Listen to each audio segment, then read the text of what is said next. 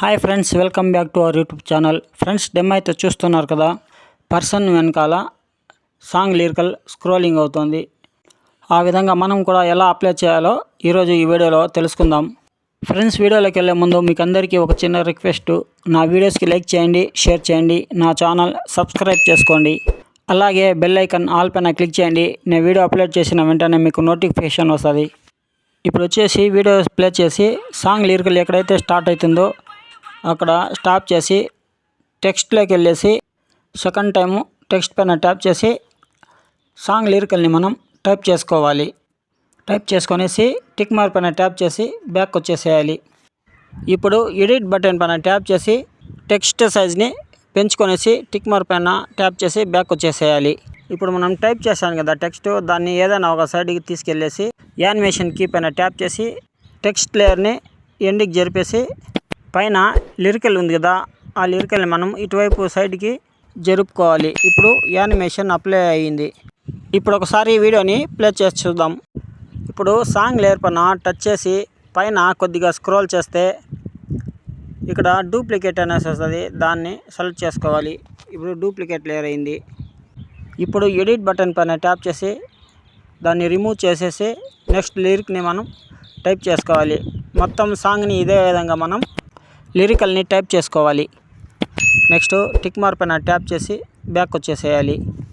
మొత్తం సాంగ్ని డూప్లికేట్ చేసుకునేసి లిరికల్ని ఎడిట్ చేసి టైప్ చేసుకోవాలి.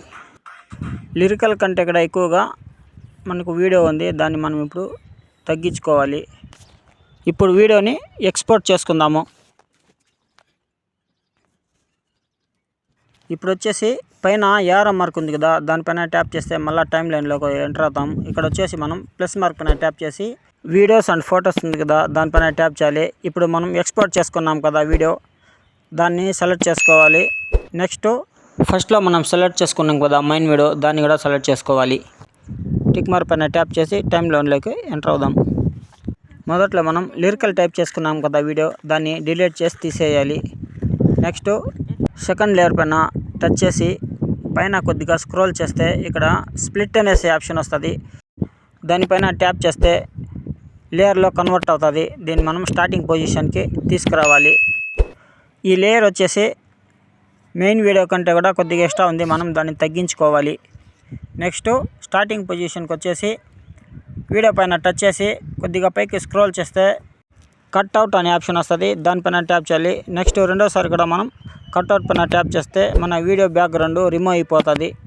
ఇప్పుడు ఒకసారి వీడియోని ప్లే చేసి చూద్దాం. ఫ్రెండ్స్, వీడియో అయితే చూశారు కదా, పర్సన్ వెనకాల మనం లిరికల్ని ఎలా అప్లై చేయాలో. ఫ్రెండ్స్, నా వీడియో మీకు నచ్చిందని నేను అనుకుంటున్నాను. నా వీడియోస్ నచ్చితే లైక్ చేయండి, షేర్ చేయండి, నా ఛానల్ సబ్స్క్రైబ్ చేసుకోండి.